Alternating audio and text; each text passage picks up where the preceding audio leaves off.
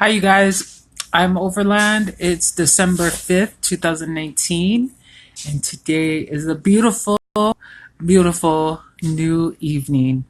Last night, I went in because I was so deep in my feelings. But good thing is that we go through stuff and we can reset in the next day. And that's exactly what I did today.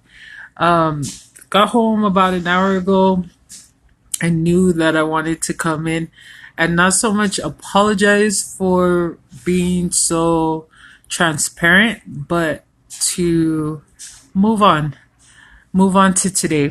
So today's thought is, what do you do when you don't want to reset? You don't want a solution, you're angry, and you just want to vent and complain all day. What do you do when you're in that space? I say be in that space, feel the feels, like my bestie Caroline Ulungia always says, feel the feels. But along with that, feel the feels, but don't stay in it. Last night, right after I got off with you guys, I was still angry, still venting to Heavenly Father and having a tantrum. And that tantrum lasted until 2 in the morning because what caused that. Hi, sis. Miss Sella, I hope you're having a good day. What caused that live last night, all those things that I told you guys about, staying in the fields, caused me to have the worst toothache. And then that toothache lasted until 2:30, 3 o'clock in the morning. And I had to be at work at 8. So that means I have to be up at 6, leave by 7, 7:30. And so what do you do when you're in that space of anger and you want to sit in it? I would say sit in it, feel it, but don't stay in it.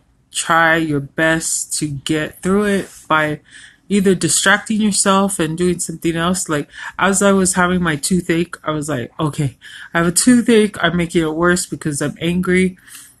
What can I do? I started reading conference talks, general conference talks. If you're not familiar, you just have to Google LDS conference talks and it'll come up.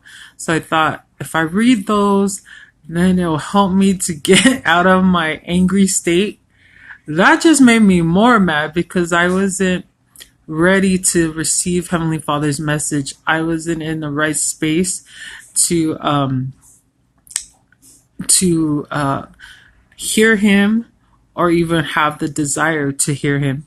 My sister Stella says, acknowledge it, validate your feelings, and let go of what you can't control.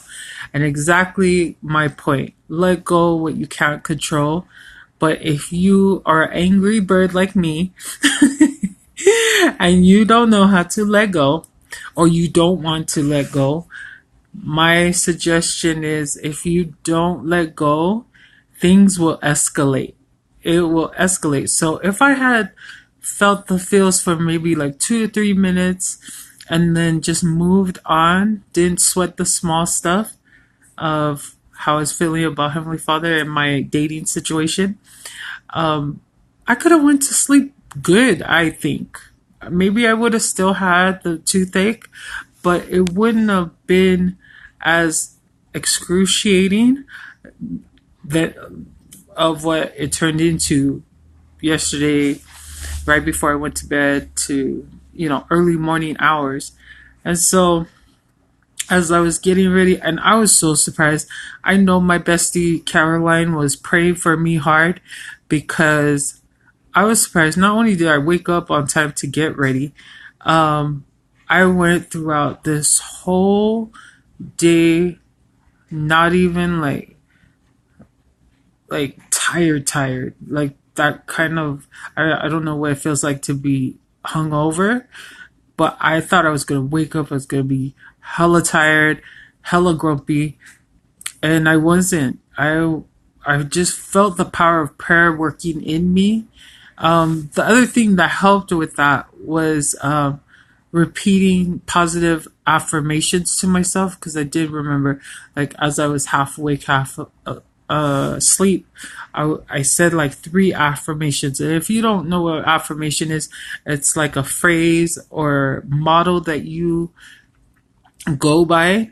And trying to remember what I was saying to myself, but you would just constantly say that to yourself until your mind was like ready to turn that into action and execute whatever you needed to execute. So I can't remember what my 3 were, but an example is, if, like, for instance, for me tonight when I go to sleep, I'm gonna, like, positive affirmation is, I'm not gonna think of what went wrong today. I'm not going to be unforgiving, and I'm not going to force myself to sleep. There was a Facebook post one of my good friends, Samoana,